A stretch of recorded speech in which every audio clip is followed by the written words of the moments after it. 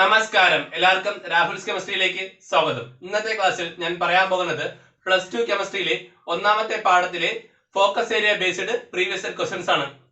അതായത് ഫോക്കസ് ഏരിയയിൽ നിന്നും പ്രീവിയസ് ആയിട്ട് ചോദിച്ചിട്ടുള്ള ചോദ്യങ്ങൾ ഈ വർഷം ചോദിക്കുമെന്ന് എനിക്ക് ഉറപ്പുള്ള ഈ പാഠത്തിലെ എല്ലാ ക്വസ്റ്റ്യൻസും ഉൾപ്പെടുത്തിക്കൊണ്ടാണ് ഞാൻ ഈ ക്ലാസ് ചെയ്തിരിക്കുന്നത്. സോ അതുകൊണ്ട് മുഴുവനായിട്ട് കാണുക. ഇതിൽ നിന്ന് ഉറപ്പായിട്ട് നിങ്ങൾക്ക് ഒന്നാമത്തെ പാഠത്തിൽ ചോദിക്കുന്ന എല്ലാ ക്വസ്റ്റ്യൻസും കിട്ടും. നിങ്ങളുടെ എല്ലാ കൂട്ടുകാർക്കും ഷെയർ ചെയ്യുക, മുഴുവനായിട്ട് കാണുക. ഓക്കെ, ക്ലാസ്സിലോട്ട് പോവാം. നോക്കാം നമുക്ക് ഒന്നാമത്തെ question. What is Frenkel defect? എന്താണ് Frenkel defect? Why does LICL not showing Frenkel defect? എന്തുകൊണ്ടാണ് LICL എന്ത് ചെയ്യുന്നില്ല, ഫ്രങ്കൽ ഡിഫെക്ട് കാണിക്കാത്തത്? രണ്ട് question, very very important questions ആണ്. ഫ്രങ്കൽ ഡിഫെക്ട് അല്ലെങ്കിൽ സ്കോട്ട്കി ഡിഫെക്ട് ഉറപ്പായിട്ടും ചോദിക്കും. സോ രണ്ട് ഡിസ്പ്ലേ ചെയ്ത് തരും. തൽക്കാലം നോക്കാം ഫ്രങ്കൽ ഡിഫെക്ട് എന്താണെന്ന്. നോക്കാം, ഫ്രങ്കൽ ഡിഫെക്റ്റിനെ പറ്റി പറയുകയാണെങ്കിൽ അയോണിക് സോളിഡ് കാണിക്കുന്ന ഡിഫക്റ്റ് ആണ് എന്ത്? Frenkel defect. അയോണിക് സോളിഡ് കാണിക്കുന്ന ഡിഫക്റ്റ് ആണ് Frenkel defect. Shown by ionic solid കാണിക്കുന്ന ഡിഫക്റ്റ് ആണ് ഫ്രങ്കൽ ഡിഫെക്ട്. അതുപോലെ എന്താണ് ഡിഫക്റ്റ് എന്ന് വെച്ചാൽ അയോണിക് സോളിഡിൽ ആരൊക്കെ ഉണ്ട്? കാറ്റയോൺ ഉണ്ട്, ആനയോൺ ഉണ്ട്. ആണല്ലോ, കാറ്റയോൺ ഉണ്ട്, ആനയോൺ ഉണ്ട്. ഈ കാറ്റയോൺ ആനയോൺ സൈസ് ഡിഫറൻസ് വളരെ വലുതാണെന്ന് വെച്ചോ. അതായത് കാറ്റയോൺ വളരെ ചെറുതും ആനയോൺ വളരെ വലുതും ആണെന്ന് വെച്ചോ. ആ സമയത്ത് നിന്നറിയാമോ, ഒരുപാട് വേർഡ്സ് ഉണ്ടാവും. ഈ സ്ഥലത്തോട്ട് വേർഡ് എന്ന് വെച്ചാൽ സ്പേസ്, വേക്കന്റ് സ്പേസ്. ഈ വേക്കന്റ് സ്പേസിലോട്ട് ഈ ചെറിയ കാറ്റയോൺ എന്ത് ചെയ്യും? അവിടെ പോയിരിക്കും. അപ്പൊ ഒറിജിനൽ സ്ഥലത്ത് ഇരിക്കാതെ അതെന്ത് ചെയ്യും? വേക്കൻസി ഉള്ള ഇന്റർസിറ്റി സൈറ്റിൽ പോയിരിക്കും കേട്ടാ. ഒറിജിനൽ സൈറ്റിൽ ഇരിക്കാതെ എന്ത് ചെയ്യും? അതിന്റെ സൈറ്റിൽ ഇരിക്കാതെ ഇന്റർസിഷ്യൽ സൈറ്റിൽ പോയിരിക്കും. ആ ഡിഫക്റ്റ് അറിയപ്പെടുന്ന പേരാണ് ഫ്രങ്കൽ ഡിഫെക്ട്. എന്ത് പറയാം നമുക്ക്? Cation is dislocated from dislocation സംഭവിക്കും. Dislocated from its original position. അതിന്റെ ഒറിജിനൽ പൊസിഷനിൽ നിന്നും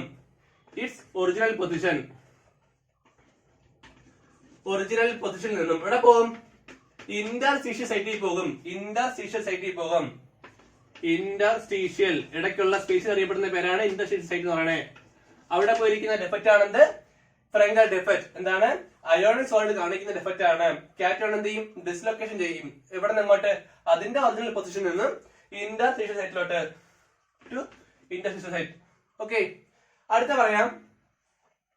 ഞാൻ ആദ്യം പറഞ്ഞു ഇതാണ്, ഇവർ ആനയോൺ കാറ്റയോൺ തമ്മിലുള്ള സൈസ് ഡിഫറൻസ് വളരെ വലുതാണെങ്കിലാണ് എന്താണ് ഈ ഡിഫക്റ്റ് സംഭവിക്കുന്നത്.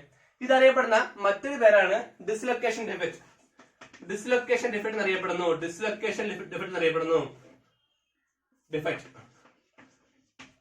അറിയപ്പെടുന്ന മറ്റൊരു പേരാണ് ഡിസ്ലൊക്കേഷൻ ഡിഫെക്ട് എന്നറിയപ്പെടുന്നു. അതുപോലെ തന്നെ ഇതെന്ത് ചെയ്യും? ഒരു സ്ഥലത്ത് എണീറ്റ് പോയി വേറെ തിരിക്കുകയല്ലേ. അപ്പം എണീറ്റ് പോകേണ്ട സ്ഥലത്ത് എന്ത് ചെയ്യും? ഒരു വേക്കൻസി ഡിഫെക്റ്റ് ഉണ്ടാക്കും. പോയിരിക്കുന്ന സ്ഥലത്ത് എന്ത് ചെയ്യും? ഒരു ഇന്റർസ്റ്റിഷ്യൽ ഡിഫെക്റ്റ് ഉണ്ടാക്കും. എന്താണ് പറഞ്ഞ? എണീറ്റ് പോകുന്ന സ്ഥലത്ത് എന്ത് ചെയ്യും? ഒരു വേക്കൻസി ഡിഫെക്റ്റ് ഉണ്ടാക്കും. അത് പോയി ഇരിക്കുന്ന സ്ഥലത്ത് ഒരു ഇന്റർസ്റ്റിഷ്യൽ ഡിഫെക്റ്റ് ഉണ്ടാക്കും. ഓക്കെ, അപ്പൊ എന്താണ്? വേക്കൻസി ഡിഫെക്റ്റും ക്രിയേറ്റ് ചെയ്യും, പിന്നെ എന്ത് ചെയ്യും? ഇന്റർസ്റ്റിഷ്യൽ ഡിഫെക്റ്റും ക്രിയേറ്റ് ചെയ്യും. കാരണം എന്താണ്? അത് എഡിറ്റ് പോകുന്ന സ്ഥലത്തൊരു വേക്കൻസി ഡിഫെക്റ്റ് ഉണ്ടാകും, അത് പോയി ഇരിക്കുന്ന സ്ഥലത്തൊരു ഇന്റർസ്റ്റിഷ്യൽ ഡിഫെക്റ്റ് ഉണ്ടാകും. ഓക്കെ, ഇതായിരിക്കും പറഞ്ഞോട്ടെ. കുറച്ച് കോമ്പൗണ്ട് വന്നിട്ട് ഇത് ഫ്രങ്കൽ ഡിഫെക്റ്റ് കാണിക്കോ അതുപോലെ തന്നെ സ്കോട്ട്കി ഡിഫെക്റ്റ് കാണിക്കോ എന്ന് ചോദിക്കാറുണ്ട്. അതുകൊണ്ട് എക്സാമ്പിൾ വളരെ വളരെ വളരെ ഇമ്പോർട്ടന്റ്. എക്സാമ്പിൾ നോക്കാം നമുക്ക്. സാറിയില്ലേ, ഇവിടെ എഴുതാണേ. ഫ്രങ്കൽ ഡിഫെക്റ്റ് കാണിക്കുന്ന എക്സാമ്പിൾ നോക്കിയോ. ZNS, AgCl, AgBr, AgI. Okay, എന്തൊക്കെയാണ്? ZNS, AgCl, AgBr, AgI. നാല് ഇമ്പോർട്ടന്റ് ആണ് പറഞ്ഞിട്ടുണ്ട്. എക്സാമ്പിൾ തന്നിട്ട് അത് ഫ്രങ്കൽ ആണോ സ്കോട്ട്കി ആണോ എന്ന് ചോദിക്കും. നോക്കിയോ, ZNS, AgCl, AgBr, AgI. ഒരു കാര്യം പറഞ്ഞോട്ടെ, എന്തുകൊണ്ടാണ് ഈ എലമെന്റ്സുകൾ അല്ലെങ്കിൽ ഈ കോമ്പൗണ്ടുകൾ ഫ്രങ്കൽ ഡിഫെക്റ്റ് കാണിക്കുന്നത് എന്നാണ് ക്വസ്റ്റ്യൻ എങ്കിൽ.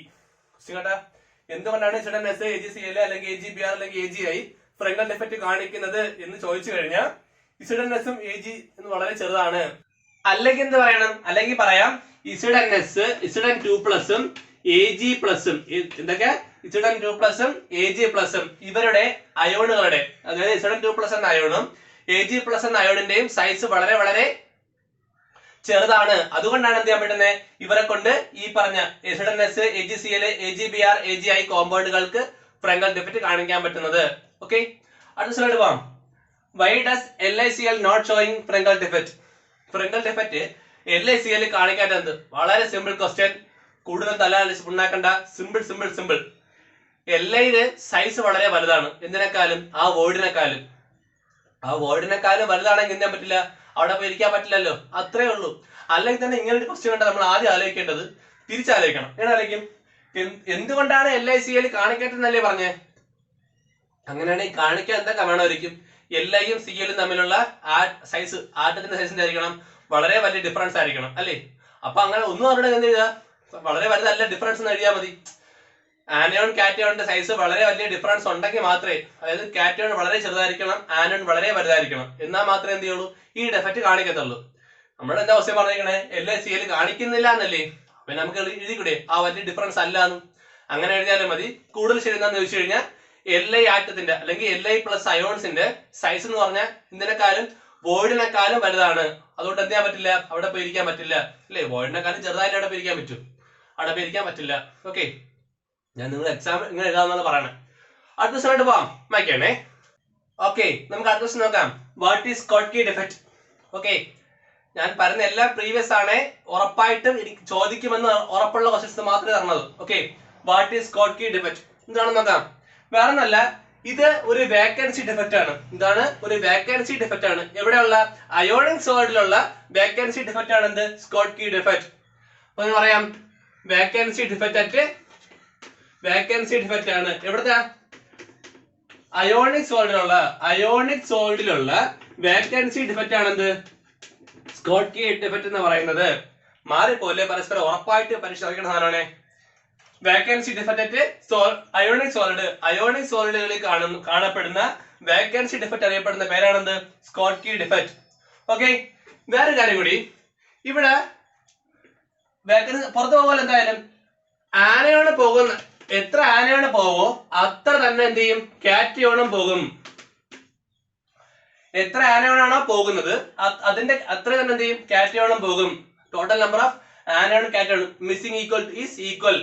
കാറ്റയോണും ആനയോണും എത്ര എണ്ണമാണോ പോകുന്നത് അതിന്റെ എണ്ണം എന്തായിരിക്കും, ഈക്വൽ ആയിരിക്കും. ഓക്കെ, അപ്പൊ എന്ത് സംഭവിക്കും, ഇവിടെ ഒരു രണ്ട് പോവില്ല. അപ്പൊ എന്തുണ്ടാവും, ഇവിടെ ഡെൻസിറ്റി കുറയും. ഇവിടെ എന്ത് ചെയ്യും, ഡെൻസിറ്റി കുറയും. Density decreases. കാരണം എന്താണ്, അവിടെ എനിക്ക് പോവുകയല്ലേ ചെയ്യണേ, അപ്പൊ ഡെൻസിറ്റി കുറയും. എന്നാൽ ഫ്രങ്കലിന്റെ ഡെൻസിറ്റി കുറയോ? ഇല്ല, അത് ഒന്ന് പുറത്തോട്ട് പോകണല്ലോ അല്ലേ, അവിടെ നിന്നിട്ട് വേറെ സ്ഥലത്ത് പോയിരിക്കണം എന്നല്ലേ ഉള്ളൂ. അതുകൊണ്ട് ഡെൻസിറ്റി ഒന്നും കുറയില്ല. പക്ഷെ ഇവിടെയോ പുറത്തു പോവേല്ലേ, അപ്പൊ എന്ത് ചെയ്യും, ഡെൻസിറ്റി കുറയും. ഇനി എന്തുകൊണ്ടായിരിക്കും ഇവിടെ ആനോണും കാറ്റയോണും ഒരേ നമ്പറിൽ എസ്കേപ്പ് ചെയ്യണത്, പുറത്തു പോണത്? എന്തിനാണ്, ന്യൂട്രാലിറ്റി മെയിൻറ്റെയിൻ ചെയ്യാൻ അല്ലേ. ഇപ്പം കാറ്റയോൺ മാത്രം പോയാൽ എന്ത് സംഭവിക്കും, അവിടെ ചാർജ് ഉണ്ടാവും. അങ്ങനെ ഉണ്ടാകാൻ പറ്റില്ല, അങ്ങനെ സംഭവിക്കില്ല. ഇലക്ട്രിക്കൽ ന്യൂട്രാലിറ്റി മെയിൻറ്റെയിൻ ചെയ്യാനാണ് എന്ത് ചെയ്യണേ, എത്ര കാറ്റയോൺ പോവോ അത്ര തന്നെ ആനയോണും പോകും. ഇനി എന്ത് പറയാം, വേക്കൻസി ഡിഫക്റ്റ് ആണ് കാണിക്കുന്നത്, ഒരു ഡിഫക്റ്റ് ആണ്. ആനയോണും കാറ്റയോണും പോകുന്ന എണ്ണം സെയിം ആണ്, ഡെൻസിറ്റി കുറയും ആണല്ലോ. ഇനി നോക്കിയോ, അടുത്ത പറയാൻ എക്സാമ്പിൾ പറയാം. NaCl, KCl, CaCl, വളരെ പ്രധാനപ്പെട്ട AgBr. എങ്ങനെ ഇട്ടെന്ന് അറിയാമോ? ഫ്രങ്കൽ പഠിച്ചപ്പോഴും ഞാൻ പറഞ്ഞു AgBr. ഇതും പ്രീവിയസ് ക്വസ്റ്റ്യൻ ആണ്. ഫ്രങ്കൽ ഡിഫക്റ്റും അതുപോലെ സ്കോട്ട്കി ഡിഫക്റ്റും കാണിക്കുന്ന ഒരു കോമ്പൗണ്ടിന്റെ പേര് ഏതാണ്, AgBr. പ്രീവിയസ് ക്വസ്റ്റ്യൻ ആണ്. ഫ്രങ്കൽ ഡിഫക്റ്റും സ്കോട്ട്കി ഡിഫക്റ്റും കാണിക്കുന്ന ഒരു കോമ്പൗണ്ടിന്റെ പേര് AgBr. ഒരു കാര്യം കൂടി, നമ്മൾ ഫ്രങ്കൽ പഠിച്ചപ്പോൾ പറഞ്ഞു ആനയോൺ കാറ്റയോൺ സൈസ് എന്തായിരിക്കണം, വളരെ വലിയ ഡിഫറൻസ് ഉണ്ടായിരിക്കണം. കാറ്റയോൺ വളരെ ചെറുതായിരിക്കണം, ആനയോൺ വളരെ വലുതായിരിക്കണം. എന്നാൽ സ്കോട്ട്കി ഡിഫക്റ്റ് ചോദിച്ചു കഴിഞ്ഞാൽ ഇവരുടെ സൈസ്, ആനയോൺ കാറ്റയോൺ സൈസ് എന്തായിരിക്കണം, ആൾമോസ്റ്റ് സിമിലർ ആയിരിക്കണം. സൈസ്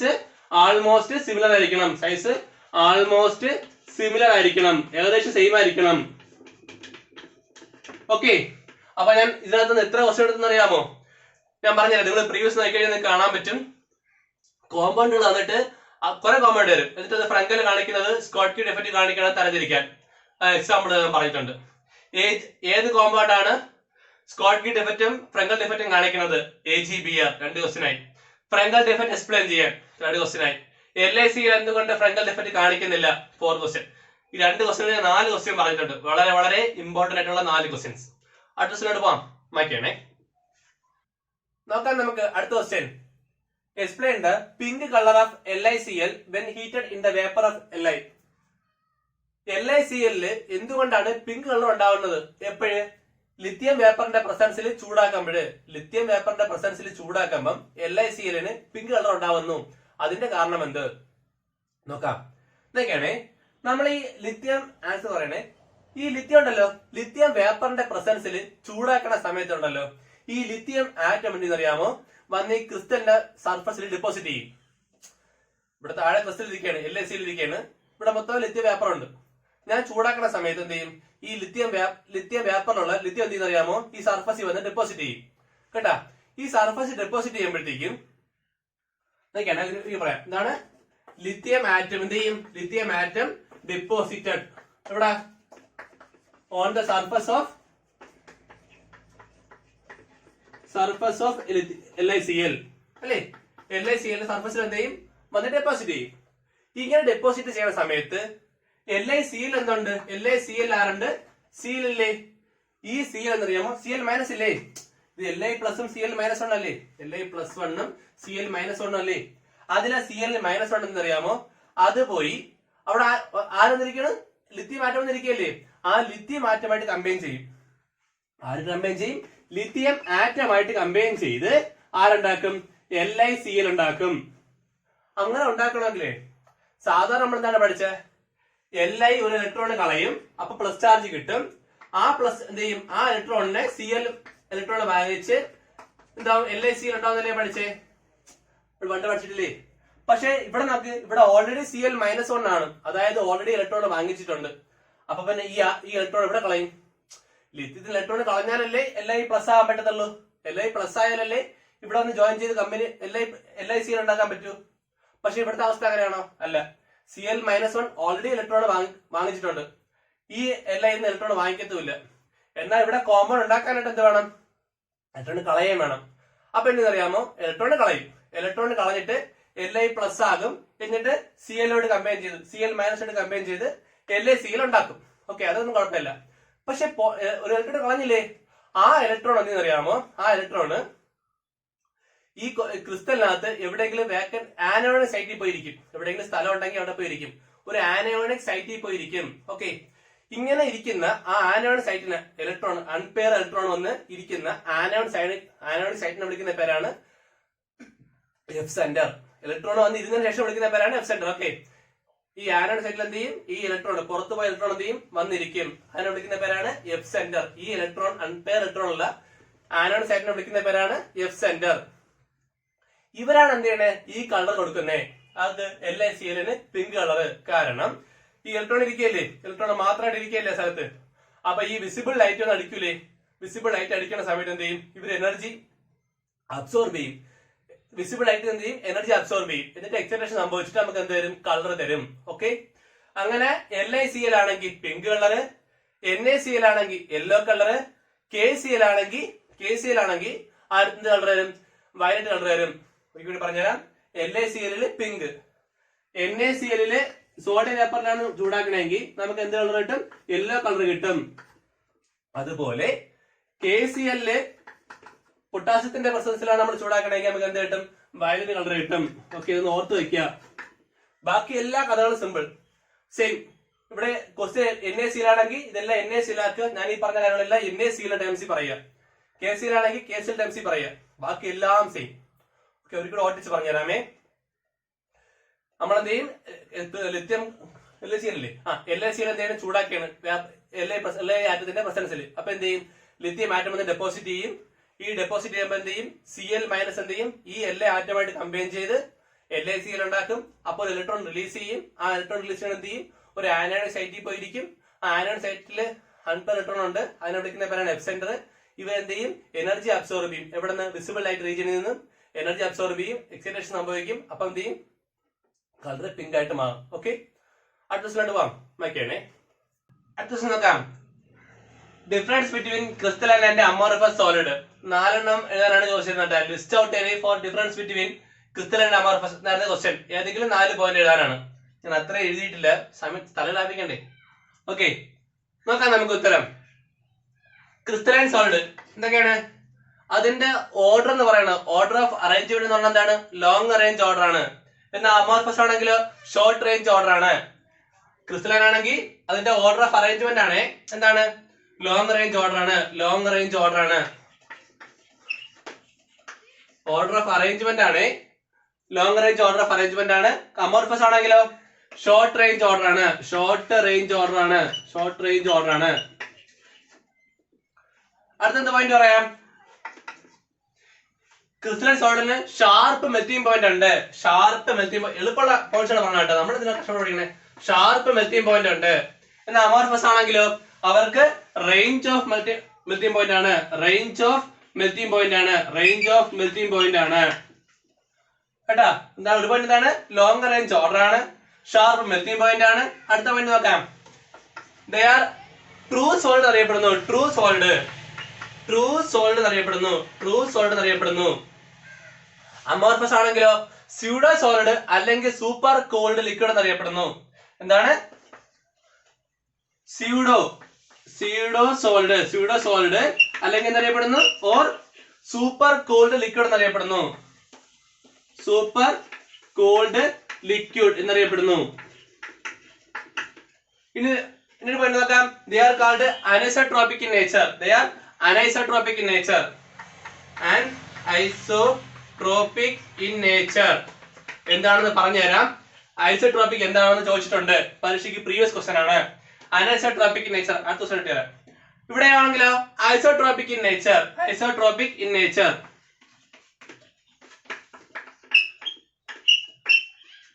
ഓക്കെ, 4 പോയിന്റ് ആയിട്ടുണ്ട്.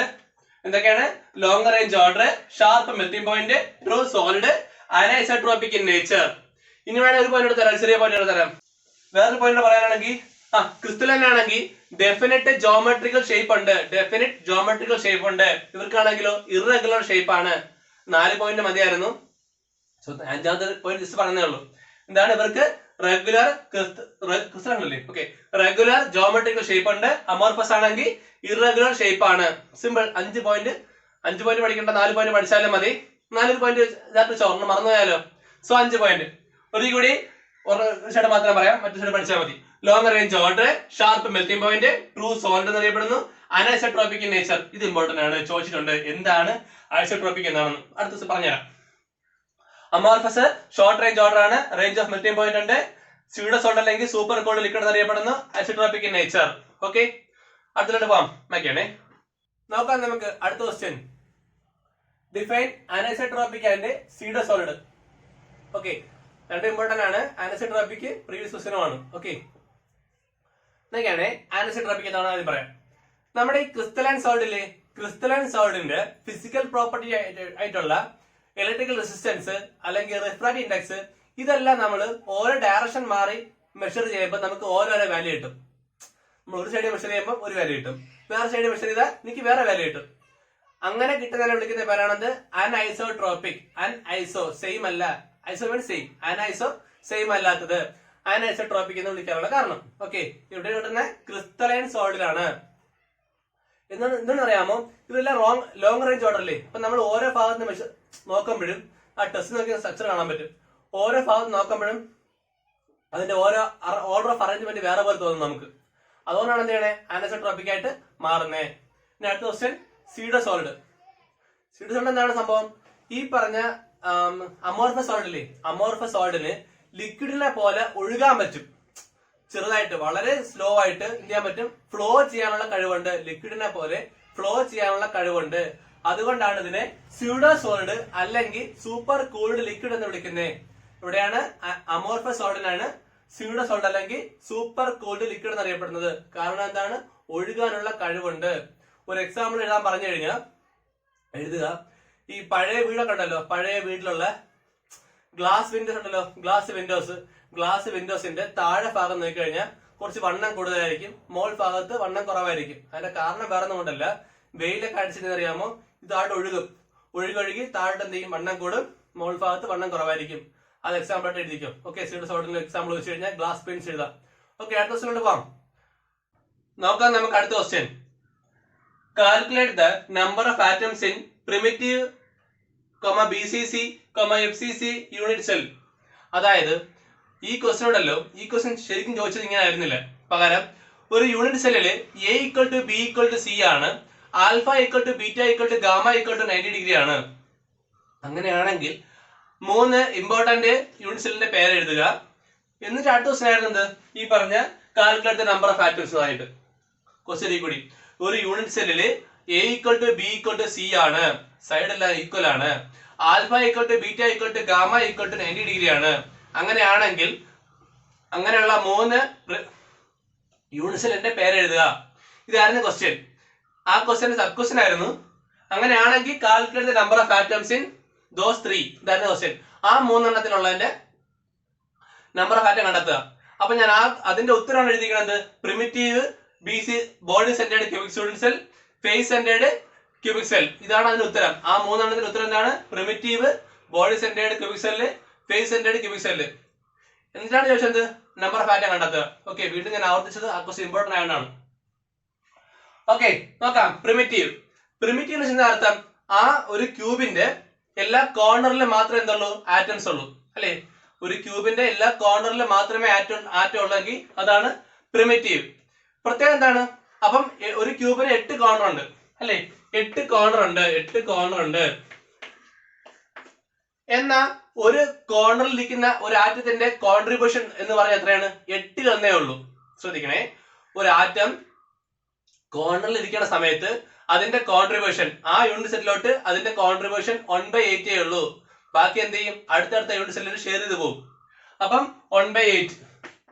അങ്ങനെയാണെങ്കിൽ 8 × 1/8 എത്ര? അതായത് 8 കോർണറിൽ 1/8 വെച്ച്. അപ്പൊ എത്ര? ക്യാൻസൽ ആയി പോയിട്ട് നമുക്ക് ഒരു ആറ്റം ഒന്ന് കിട്ടും. ഇതാണ് പ്രിമിറ്റീവിന്റെ കേസ്. പ്രിമിറ്റീവിൽ അപ്പം നമ്പർ ഓഫ് ആറ്റം എത്രയേ ഉള്ളൂ? 1 ഉള്ളൂ. ശ്രദ്ധിക്കണേ, പ്രിമിറ്റീവ് കേസാണ് പറയണേ. പ്രിമിറ്റീവില് 8 കോർണറിൽ മാത്രമേ ആറ്റംസ് ഉള്ളൂ. പക്ഷെ കോർണറിലിരിക്കുന്ന ആറ്റത്തിന്റെ കോൺട്രിബ്യൂഷൻ 1/8 ആണ്. സോ 8 × 1/8 ഒരു ആറ്റമേ ഉള്ളൂ. ഇതാണ് ഏതിന്റെ? പ്രിമിറ്റീവിന്റെ കേസ് പറയുകയാണെങ്കിൽ. ഇനി അടുത്ത ബോഡി സെന്റേർഡ് നോക്കാം. നോക്കിയോ, ബോഡി സെന്റേർഡ് ആണെങ്കിൽ അവിടെ ഇതേപോലെ എന്ത് ചെയ്യണം? ആദ്യം പ്രിമിറ്റീവ് ഉണ്ടായിട്ടല്ലേ ബോഡി സെന്റർ ഉണ്ടാക്കാൻ പറ്റത്തുള്ളൂ. അപ്പൊ പ്രിമിറ്റീവിലെ കേസ് പറഞ്ഞ കണക്ക് കോർണറിലുള്ള 8 എണ്ണം, 1/8ന്റെ 8 ഒരു ആറ്റം. ഇതാണെന്ത്? കോർണറിലെ കേസ് പറയുകയാണെങ്കിൽ. ഞാൻ പറഞ്ഞ ബോഡി സെന്റേർഡ് ആണ്. ബോഡി സെന്റേർഡ് ആയാലും എന്ത് ചെയ്യണം? കോർണറിൽ വന്നാലല്ലേ ആറ്റത്തിന്റെ ഷേപ്പ് വരത്തുള്ളൂ.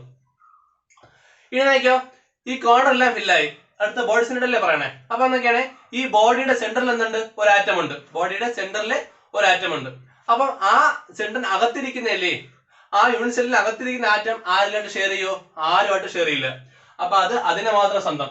ബോഡിയുടെ സെന്ററിൽ ഒരെണ്ണം. അപ്പൊ ടോട്ടൽ എത്ര? 1 + 1 2 ആറ്റം. BCCയിലാണെങ്കിൽ, അതായത് ബോഡി സെന്റേർഡ് ക്യൂബിക് സെല്ലിലാണെങ്കിൽ 2 ആറ്റമാണ് ഉള്ളത്. നമ്പർ ഓഫ് ആറ്റം കണ്ടെത്തേണ്ടത്. പ്രിമിറ്റീവിൽ 1, ബോഡി സെന്റേർഡിലാണെങ്കിൽ 2. FCC പറയാം. ഓക്കെ, FCC നോക്കാം. Face centred cubic cell. അപ്പൊ അവിടെ എന്തുണ്ട്? അവിടെ ഈ പറഞ്ഞ പ്രിമിറ്റീവ് പോലെ കോർണേഴ്സിൽ എല്ലാത്തിലും ഉണ്ട്. So corners contribution 8 × 1/8 = 1 atom. കോർണേഴ്സിന്റെ ആയി. ഇനി ഫേസ് സെന്റേർഡ് ആണെങ്കിലോ, എല്ലാ ഫേസിലും ഉണ്ടെന്നല്ലേ പറയണേ.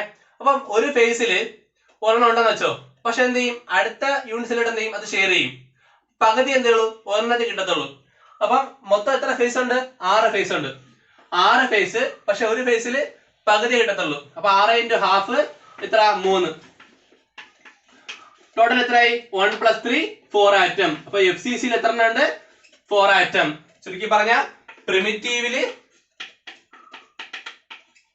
ഒരെണ്ണം, ബോഡി സെന്റേർഡ് ക്യൂബിക് സെല്ലില് 2 എണ്ണം, ഫേസ് സെന്റേർഡ് ക്യൂബിക് യൂണിറ്റ് സെല്ലില് 4 എണ്ണം. പഠിച്ചു വെക്കുക. അതേപോലെ തന്നെ പാക്കിംഗ് എഫിഷ്യൻസിയും പഠിച്ചിട്ടേ പോകാവൂ.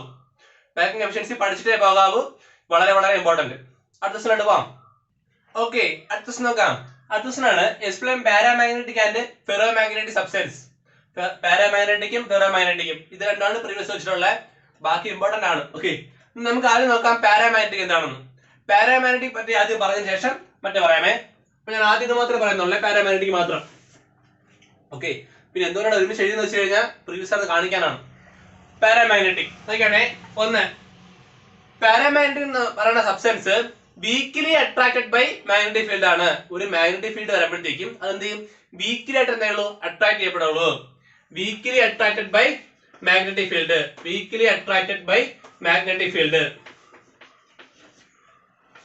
അടുത്ത പറയുകയാണെങ്കിൽ ഇത് എന്തുകൊണ്ടാണ് മാഗ്നറ്റിക് പ്രോപ്പർട്ടി കാണിക്കണമെന്ന് ചോദിച്ചു കഴിഞ്ഞാൽ അതിനകത്ത് അൺപെയർഡ് ഇലക്ട്രോൺ ഉണ്ടായിരിക്കും. എന്താണ്? അൺപെയർഡ് ഇലക്ട്രോൺ ഉണ്ടെങ്കിലാണ് എന്ത് ചെയ്യണേ? ഈ പറഞ്ഞ പാരാമാഗ്നറ്റിക് പ്രോപ്പർട്ടി കാണിക്കുന്നത്. എന്താണ്? Due to unpaired electron. Unpaired electron ഉണ്ടെങ്കിലേ എന്ത് ചെയ്യുള്ളൂ? പാരാമാഗ്നറ്റിക് പ്രോപ്പർട്ടി കാണിക്കത്തുള്ളൂ. ഇനി അടുത്ത, മാഗ്നറ്റിക് ഫീൽഡിൽ എടുത്ത് മാറ്റി കഴിഞ്ഞാൽ എന്ത് ചെയ്യും? ഈ മാഗ്നറ്റിസം പോവുകയും ചെയ്യും. മാഗ്നറ്റിക് പ്രോപ്പർട്ടി എന്ത് ചെയ്യും? മാഗ്നറ്റിക് ഫീൽഡ് വരുമ്പോഴത്തേക്കും ചെറുതായിട്ട് അട്രാക്ട് ചെയ്യും. പക്ഷെ നമ്മൾ ഈ മാഗ്നറ്റിക് ഫീൽഡ് മാറ്റി എന്ത് ചെയ്യും? ആ മാഗ്നറ്റിസം ഫുള്ളോട് എന്ത് ചെയ്യും? പോകും. Losses magnetic field. Losses magnetism in the absence of magnetic field. In the absence of magnetic field. Absence of magnetic field. Magnetic field absence എന്ത് ചെയ്യും? ഈ പറഞ്ഞ മാഗ്നറ്റിസം പ്രോപ്പർട്ടി എന്ത് ചെയ്യും? നഷ്ടപ്പെടും. ഇനി അടുത്ത വളരെ ഇമ്പോർട്ടന്റ് ആണ് എക്സാമ്പിൾ. എക്സാമ്പിൾ ചോദിച്ചിട്ടുണ്ട്. എക്സാമ്പിൾ നോക്കാം.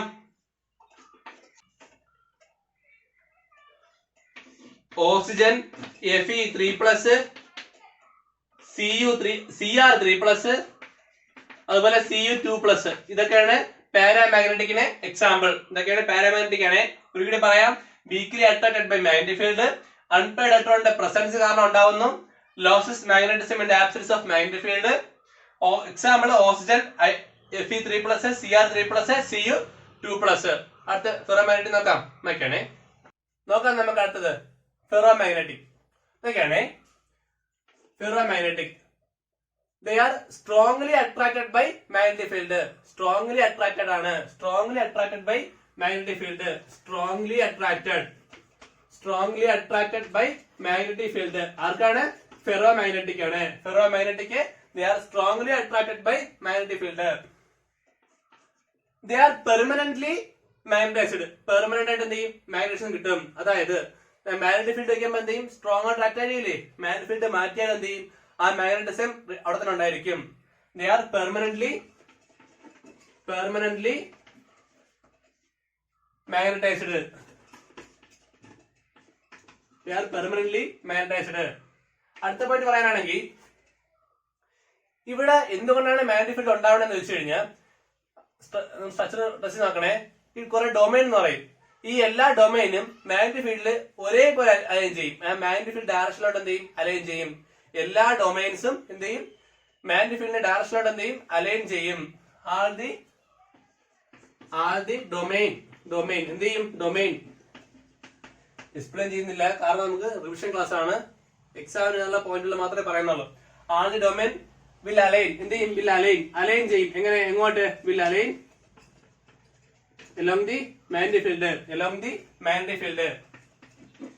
along the magnetic field. Example നോക്കാം. എക്സാമ്പിൾ ഏറ്റവും ഇമ്പോർട്ടന്റ് നോക്കിയോ. ഒന്ന് അയൺ ഉണ്ട്, കൊബാൾട്ട് ഉണ്ട്, നിക്കൽ ഉണ്ട്.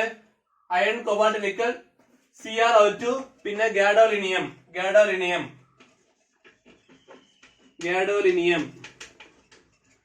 എക്സാമ്പിൾ പഠിച്ചു വെക്കണേ.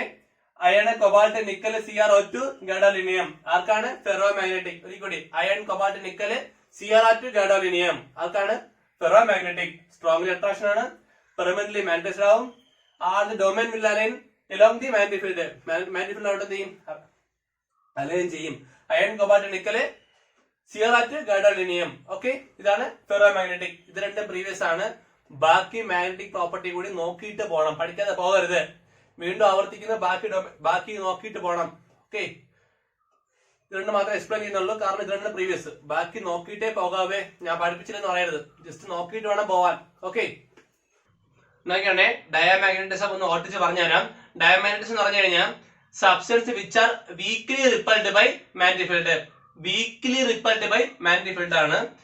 അതിലെന്ന് പറയാൻ പ്രത്യേകത, ഇതിലെല്ലാത്തിന്റെ ഇലക്ട്രോൺസും പെയർഡ് ആയിരിക്കും. പെയർഡ് ഇലക്ട്രോൺസ് ആയിരിക്കും ഉണ്ടായിരിക്കുന്നത്. നമ്മൾ പാര പറഞ്ഞപ്പോ എന്താ പറഞ്ഞത്? അൺപെയർഡ് എന്നല്ലേ പറഞ്ഞത്. ഇവിടെ പെയ്ഡ് ഇലക്ട്രോൺസ് ആയിരിക്കും ഉണ്ടായിരിക്കുന്നത്. അതുകൊണ്ട് എന്താ പറയുക, ഈ പേരും കാരണം മൊമെന്റ് തമ്മിൽ ക്യാൻസൽ ആയി പോകും. ഉദാഹരണത്തിന് വാട്ടർ, NaCl, ബെൻസീൻ, ഇവ മൂന്നുമാണ് എക്സാമ്പിൾ. C6H6 ബെൻസീനും വാട്ടർ, NaCl ഇവയാണ് ഡയാമാഗ്നറ്റിക്കിനെ എക്സാമ്പിൾ ആയിട്ട് പറയുന്നത്. ഓക്കെ, വീക്കിലി റിപ്പൾഡ് ആണ് വാട്ടർ, NaCl, C6H6. പിന്നെ പെയ്ഡ് നമ്പർ ഓഫ് ഇലക്ട്രോൺസ് ഉണ്ടെങ്കിൽ എല്ലാ ഇലക്ട്രോൺസും എന്തായിരിക്കണം? എല്ലാ ഇലക്ട്രോൺസും പെയ്ഡ് ആയിരിക്കണം. അപ്പോഴാണ് എന്താവുന്നത്? ഡയാമാഗ്നറ്റിക് ആവുന്നത്. ഓക്കെ, അതുകൊണ്ട് എന്ത് ചെയ്യും? തമ്മിൽ ക്യാൻസൽ ആയി പോകും. ഓക്കെ, മാഗ്നറ്റിക് മൊമെന്റ് ക്യാൻസൽ ആയി പോകും. അടുത്ത് നോക്കാം. ഇനി അടുത്ത നമ്മൾ നോക്കാൻ പോണ antiferromagnetism. Antiferromagnetism എന്ന് പറഞ്ഞാൽ ഫെറോ മാഗ്നറ്റിസം പോലെ തന്നെ ഇവർക്ക് ഒന്നെന്ന് പറയാമോ, ഇവർക്ക് ഡൊമൈൻസ് ഉണ്ട്. പക്ഷെ ഇവരുടെ ഡൊമൈന് ഓപ്പോസിറ്റ് ഡയറക്ഷനിലായിരിക്കും ഓറിയന്റേഷൻ ഇരിക്കണേ.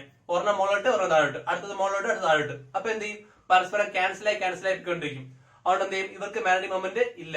ശ്രദ്ധിക്കണേ, ഫെറോ മാഗ്നറ്റിസം പോലെ തന്നെ ഇവർക്ക് എന്തുണ്ട്? ഡൊമൈൻസ് ഉണ്ട്. ആ ഡൊമൈൻസ് എന്ത് ചെയ്യും? പക്ഷെ ഒരേ ഡയറക്ഷൻ അല്ല, ഓപ്പോസിറ്റ് ഡയറക്ഷൻ ആണ്. അപ്പൊ എന്ത് ചെയ്യും?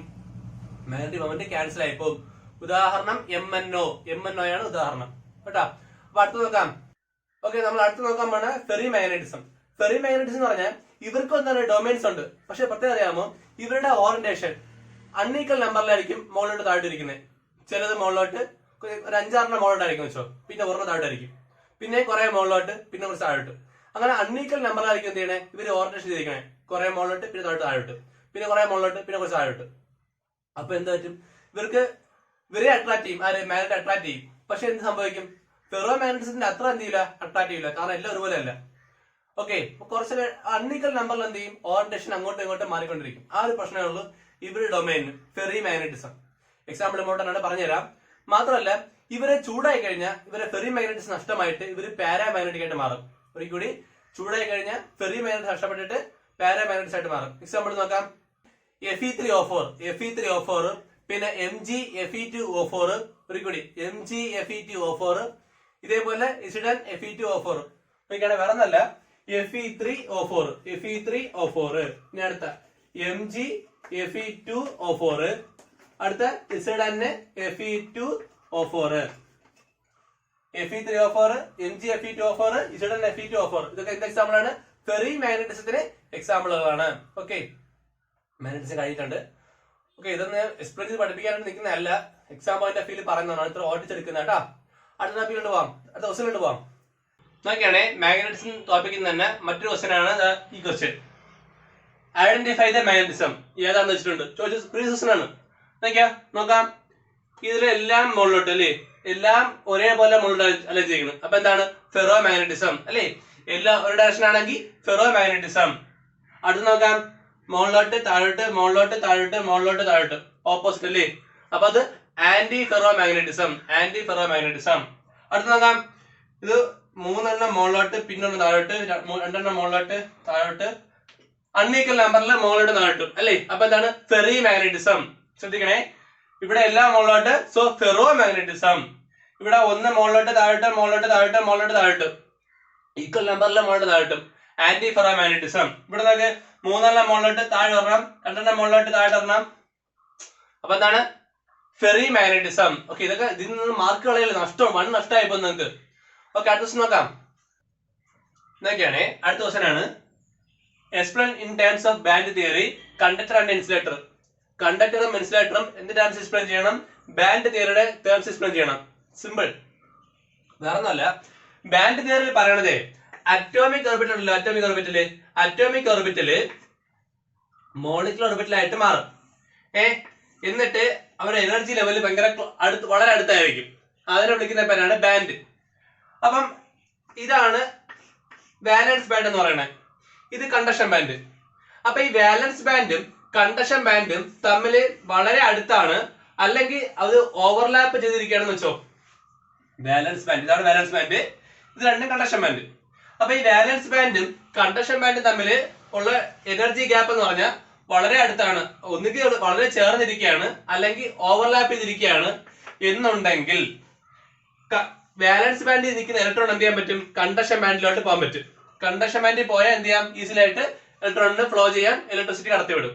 ഓക്കെ, ഒരു കൂടി, വാലൻസ് ബാൻഡിൽ ഇരിക്കുന്ന ഇലക്ട്രോണിന് കണ്ടക്ഷൻ ബാൻഡിലോട്ട് വളരെ പെട്ടെന്ന് എത്താൻ പറ്റുമെങ്കിൽ അതെന്താണ് കണ്ടക്ടർ ആണ്. അപ്പൊ കണ്ടക്ടർ ആണ് എന്ത് ചെയ്യണം, ഒന്നെങ്കിൽ ഈ പറഞ്ഞ വാലൻസ് ബാൻഡും കണ്ടക്ഷൻ ബാൻഡും ഒന്നെങ്കിൽ ചേർന്നിരിക്കണം, വളരെ അടുത്തടുത്തിരിക്കണം, അല്ലെങ്കിൽ എന്ത് ചെയ്യണം, ഓവർലാപ്പ് ചെയ്തിരിക്കണം. അങ്ങനെ ഇരിക്കുകയാണെങ്കിൽ എന്താണ്, ഇവരാണ് കണ്ടക്ടർ. കാരണം എന്താണ്, വാലൻസ് ബാൻഡിൽ എന്ത് ചെയ്യാൻ പറ്റും, കണ്ടക്ഷൻ ബാൻഡിലോട്ട് ഇലക്ട്രോൺസിന് വളരെ പെട്ടെന്ന് എന്ത് ചെയ്യാൻ പറ്റും, പോകാൻ പറ്റും. എന്നാൽ ഇൻസുലേറ്റർ വെച്ച് കഴിഞ്ഞാൽ വാലൻസ് ബാൻഡും കണ്ടക്ഷൻ ബാൻഡും തമ്മിലുള്ള എനർജി ഗ്യാപ്പ് വളരെ വലുതാണ്. ഇത് വാലൻസ് ബാൻഡ്, കണ്ടക്ഷൻ ബാൻഡ്.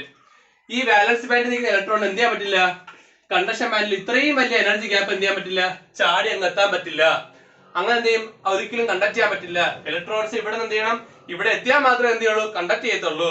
ഇവിടെ നിന്ന് അങ്ങോട്ട് എന്ത് ചെയ്യാൻ പറ്റില്ല, ഇത്രയും വലിയ ദൂരം ചാടി കടക്കാൻ പറ്റില്ല ഇലക്ട്രോൺസിന്. അങ്ങനെയാണെങ്കിൽ അതാണ് എന്ത്, ഇൻസുലേറ്റർ. ഇനി വേറൊരെണ്ണമുണ്ട് സെമി കണ്ടക്ടർ. അത് ചോദിക്കുകയാണെങ്കിൽ വേറെ ഒന്നല്ല, കണ്ടക്ഷൻ ബാൻഡും വാലൻസ് ബാൻഡും തമ്മിലുള്ള എനർജി ഗ്യാപ്പ് ഇതിന്റെ അത്ര ഇല്ല, എന്നാൽ ഇതിനെക്കാളും വലുതുമാണ്. ഒരിക്കടി ചേർന്നിരിക്കല്ല, ശകലം ഗ്യാപ്പ് ഉണ്ട്, പക്ഷെ ഇത്രയും വലിയ ഗ്യാപ്പ് ഇല്ല. അപ്പൊ എന്ത് ചെയ്യാൻ പറ്റും, നമ്മൾ കുറച്ച് എനർജി കൊടുക്കുകയാണെങ്കിൽ എന്ത് ചെയ്യാൻ പറ്റും, ഇവിടേക്ക് ഇലക്ട്രോൺ എന്ത് ചെയ്യാം, ഇങ്ങോട്ട് ജമ്പ് ചെയ്യാം. അങ്ങനെയുള്ളതാണെന്ത്, സെമി കണ്ടക്ടർ. ഓക്കെ, അടുത്ത ദിവസത്തിലോട്ട് പോവാം. അടുത്ത ദിവസം നോക്കാം. അടുത്ത ദിവസം ആണ് calculate the density of NaCl. NaCl density കണ്ടെത്തണം. എങ്ങനെ, if edge length of NaCl is 564 picometer. Edge length തന്നിട്ടുണ്ട് 564 picometer. പിന്നെ പറഞ്ഞിരിക്കുന്നത് molar mass of NaCl is 58.5 gram. Molar mass തന്നിട്ടുണ്ട്.